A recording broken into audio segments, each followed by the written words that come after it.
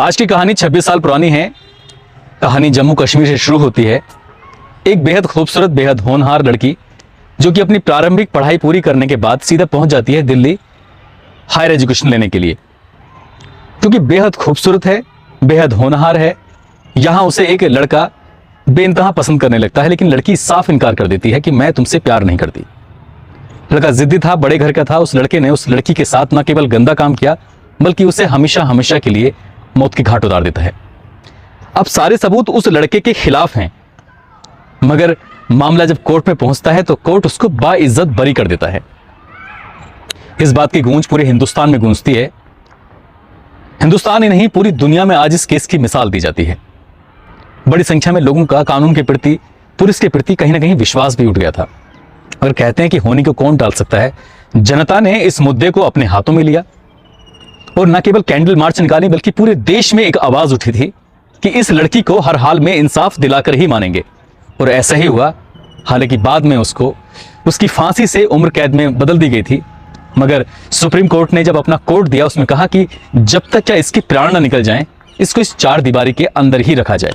आज भी वो व्यक्ति चार दीवारी के अंदर है और शायद उसके प्राणों का ही इंतजार किया जा रहा है। प्राण निकलेंगे तभी वो चार दीवारी से बाहर आ पाएगा।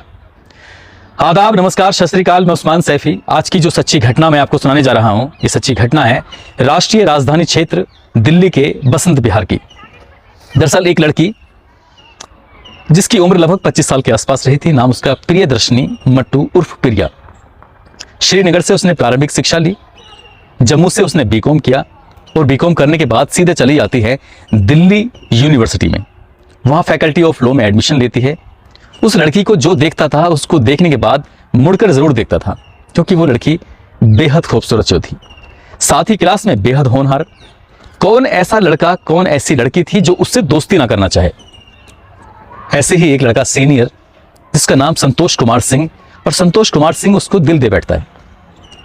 संतोष कुमार सिंह बड़े घर का लड़का, उसके पिताजी इंस्पेक्टर जनरल और पुलिस जम्मू कश्मीर में उनकी तैनाती थी। घर में बड़े ठाट बाट, पैसे की कोई कमी नहीं, पुलिस में उसका एक रुतबा। और वो लड़का उस लड़की के पीछे रहता था साई की तरह। जहां वो जाती थी उसके पीछे, जो वो खाती थी उसके पीछे, जहां वो पढ़ने जाती थी उसके पीछे, वो घर जाती थी तो उसके पीछे। यानी कि उस लड़की की जिंदगी कहीं ना कहीं अभी तक जो खूबसूरत थी वो कहीं ना कहीं संकट में बीतने लगी। लड़की परेशान हो जाती है, इतना परेशान हो जाती है कि जब देखो, चाहे रात हो, सोते वक्त, उठते वक्त, हर वक्त उसके जहन में, उसके दिमाग में एक ही चेहरा था, वो था संतोष कुमार सिंह का। हद तो तब हो गई जब संतोष कुमार सिंह ने उसका भरे बाजार हाथ पकड़ लिया और अपनी बुलेट मोटरसाइकिल पर कहा, बैठो, मैं तुम्हें घर छोड़ देता हूं। लड़की बहुत निडर, उसके बारे में जितना कुछ कहूं उतना ही कम होगा। उसने साफ इनकार कर दिया और डांटते हुए कहा कि अगर आज के बाद तुमने इस तरह की दोबारा हरकत करने की कोशिश की तो अंजाम अच्छा नहीं होगा। मगर वो ठहरा एक आईपीएस ऑफिसर का बेटा, उसके पिताजी जम्मू एंड कश्मीर में बड़े ऑफिसर थे, तो उसके अंदर कहां कानूनकार, कहां पुलिस का डर होगा। जाहिर सी बात है, अंदाजा लगाया जा सकता है। उसने उसका हाथ नहीं छोड़ा और लड़की गुस्से में तमतमाती हुई पहुंच जाती है बसंत विहार पुलिस स्टेशन में और जाकर कहती है पुलिस वालों से कि मुझे एक लड़का है जो बेहद परेशान कर रहा है। पुलिस वाले कहते हैं कि ठीक है, हम उसे समझा देंगे, डांट देंगे, ये वो इस तरह की बातें होती हैं। और वो लड़की फिर वापस अपने घर आ जाती है। लड़के को डांटा जाता है, फटकारा जाता है, लेकिन उसकी आदत में आ चुका था उस लड़की का पीछा करना। वो जहां जाती थी वहां उसके पीछे पीछे वो जाता था। लड़की परेशान हो जाती है, अपने पिता चमनलाल मट्टू से कहती है कि पापा, मुझे एक लड़का है जो बहुत परेशान करता है। अपनी माँ से भी बताती है, परिवार के सभी सदस्यों से बारी बारी से वो कहती है। परिवार के लोग कहते हैं कि हमें कोई कड़ा एक्शन लेना पड़ेगा उस लड़के से अगर छुटकारा पाना है तो। उसके बाद उसके घर वाले फिर से पुलिस स्टेशन जाते हैं और कहते हैं कि वो लड़का यानी कि संतोष कुमार सिंह मुझे बेहद परेशान कर रहा है, मेरी रक्षा कीजिए। पुलिस की आखिरकार आंखें खुल जाती हैं, लेकिन पुलिस को पता था कि ये जेपी सिंह यानी कि इंस्पेक्टर जनरल पुलिस का बेटा है और जो कि बड़े पुलिस ऑफिसर हैं। हालांकि एक फॉर्मेलिटीज बतौर एक राजेंद्र सिंह नाम का एक सुरक्षा गार्ड उस लड़की के साथ रख दिया जाता है। और ये वाकया है 23 जनवरी 1996 की। 23 जनवरी की सुबह को थोड़ा लेट हो जाता है राजेंद्र सिंह यानी कि सुरक्षा गार्ड, और ये लड़की डेली के डेली यानी कि अपने डीयू में फैकल्टी ऑफ लॉ में पढ़ने के लिए जाती थी। आज भी चली गई, लेकिन आज उसको सुरक्षा गार्ड के भरोसे नहीं बल्कि भेजा गया तो माँ बाप के भरोसे। माँ बाप के साथ वो जाती है कॉलेज में और राजेंद्र सिंह दौड़ता हुआ जब घर पहुंचता है तो पता चलता है कि प्रियदर्शनी उर्फ मट्टू तो पहुंच चुकी है कॉलेज के अंदर। कोई बात नहीं, वो दौड़ता हुआ कॉलेज में जाता है और वहां जाकर देखता है तो संतोष कुमार सिंह अपनी बाइक पर वही बिल्कुल गुंडों की तरह, जैसे फिल्मों में विलेन दिखाते हैं उसकी तरह वो घूम रहा है। और उसकी नज़र राजेंद्र सिंह से मिलती है और देखता है राजेंद्र सिंह जाकर कॉलेज में वो क्लास में प्रियदर्शनी मट्टू पढ़ रही थी।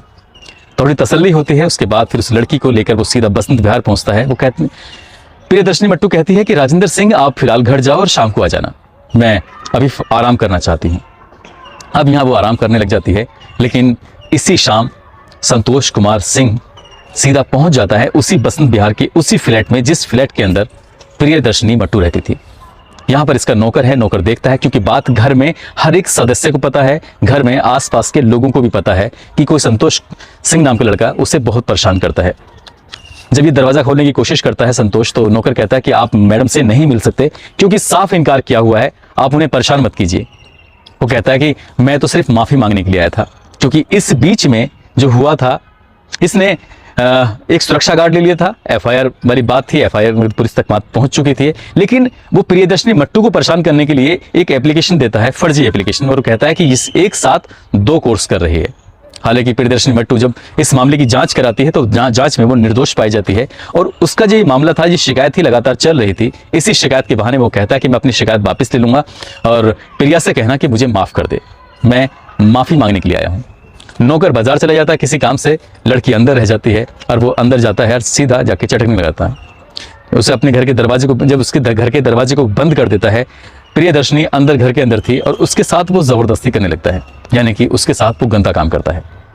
वो विरोध करती है तो उसको मारता पीटता है और कहता है कि तुम जितना मैं तुम्हें इज्जत से शराफत से पेश आ रहा था, तुमने उतना ही मुझे गुस्सा दिलाया और मैं इस गुस्से को खत्म करने के लिए तुम्हारे घर पर आया हूं और तुम्हारे साथ ये किया है और ये बारी बारी करूंगा। वो लड़की बहुत गुस्से में थी, लड़की भी इसका विरोध करती है। जब विरोध करती है तो उसके बाद ये अपनी बाइक लेके वहां गया था, बाइक के साथ अपना हेलमेट भी लेके गया था, और उसी बीच में जब इनके बीच में कहासुनी होती है तो वो उस लड़की को अपने हेलमेट से मारता रहता है। एक के बाद एक उसके सर पे, उसके चेहरे पे जब वार करता है तो वो 14 वार करता है और 14 वार में हेलमेट भी टूटता है और सर का जो, इसका चेहरे का जो एक नक्शा था वो पूरी तरह से बिगड़ जाता है, क्योंकि वो बेहद खूबसूरत जो थी। वो कहता है संतोष कि तुम्हें अपनी खूबसूरती पे बहुत नाज था, इसलिए मैं इसे बिगाड़ कर जा रहा हूँ।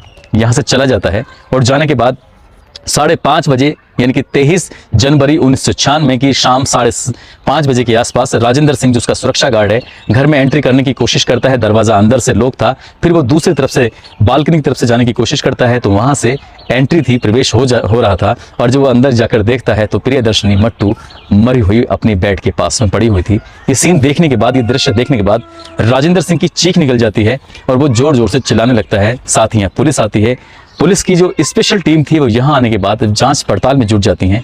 यहाँ से कुछ ऐसे तथ्य, ऐसे सबूत उठाए जाते हैं जिससे साफ पता चल जाता है कि ये कांड किसी और ने नहीं बल्कि संतोष कुमार सिंह ने ही किया है। मामला उसके माँ बाप तक भी पहुंचता है। उसके माँ बाप पुलिस में रिपोर्ट लिखवाते हैं और सीधे सीधे नाम लिखवाते हैं संतोष सिंह का।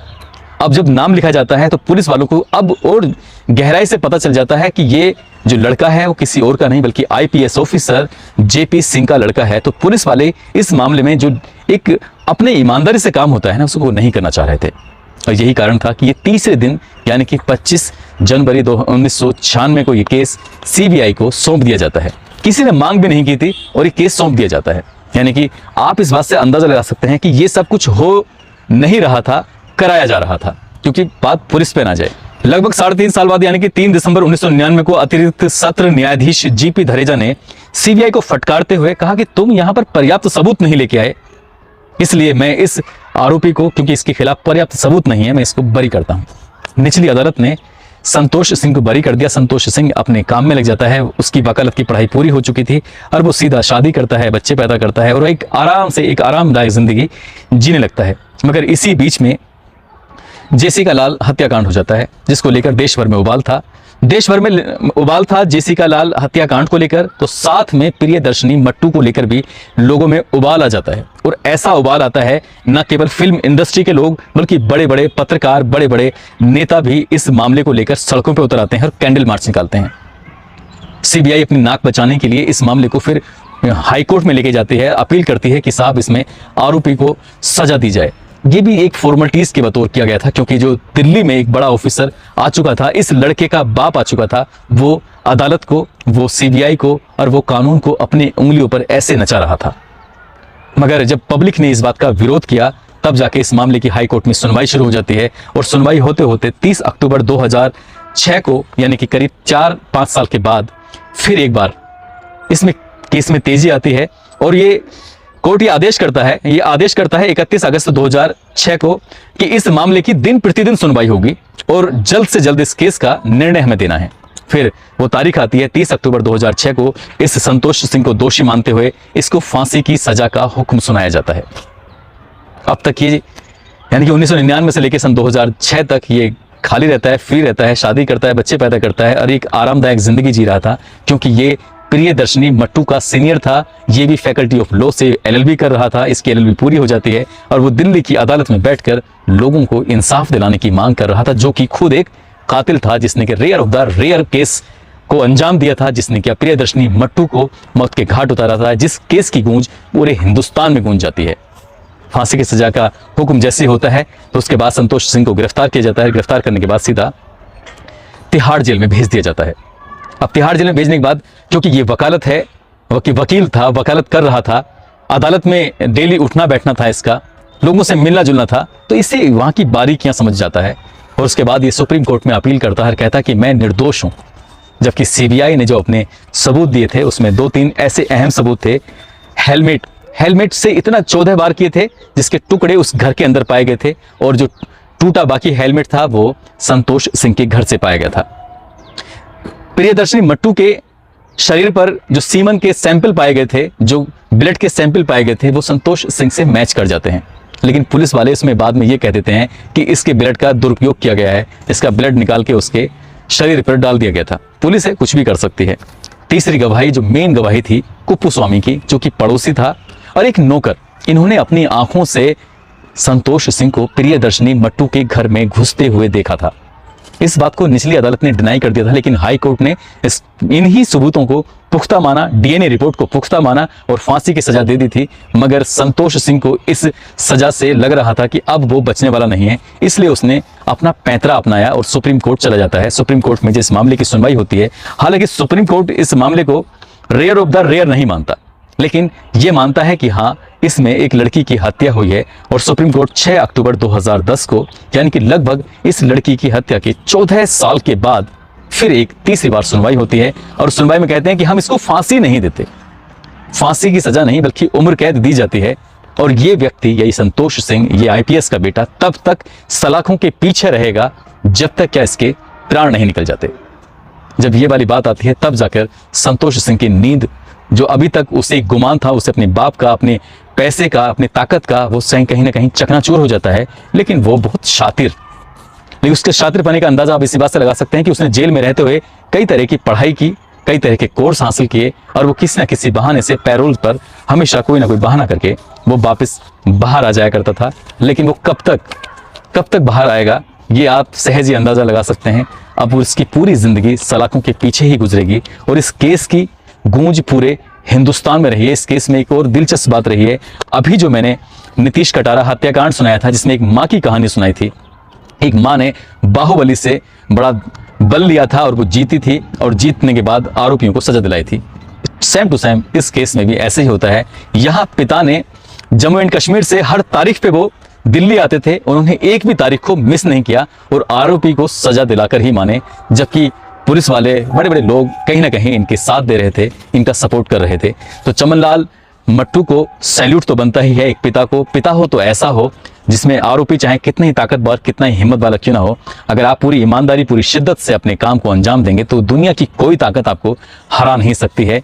चमनलाल मट्टू ने भी अपनी बेटी को इंसाफ दिलाकर ये साबित कर दिया कि जीत हमेशा ईमानदारी की ही होती है। दोस्तों, इस कहानी को, इस किस्से को सुनाने का उद्देश्य किसी को परेशान करना नहीं है, किसी का दिल दुखाना नहीं है, बल्कि आपको जागरूक करना है, आपको सचेत करना है। आप जहां भी रहें अपना ख्याल रखें, सुरक्षित रहें। जय हिंद, जय भारत।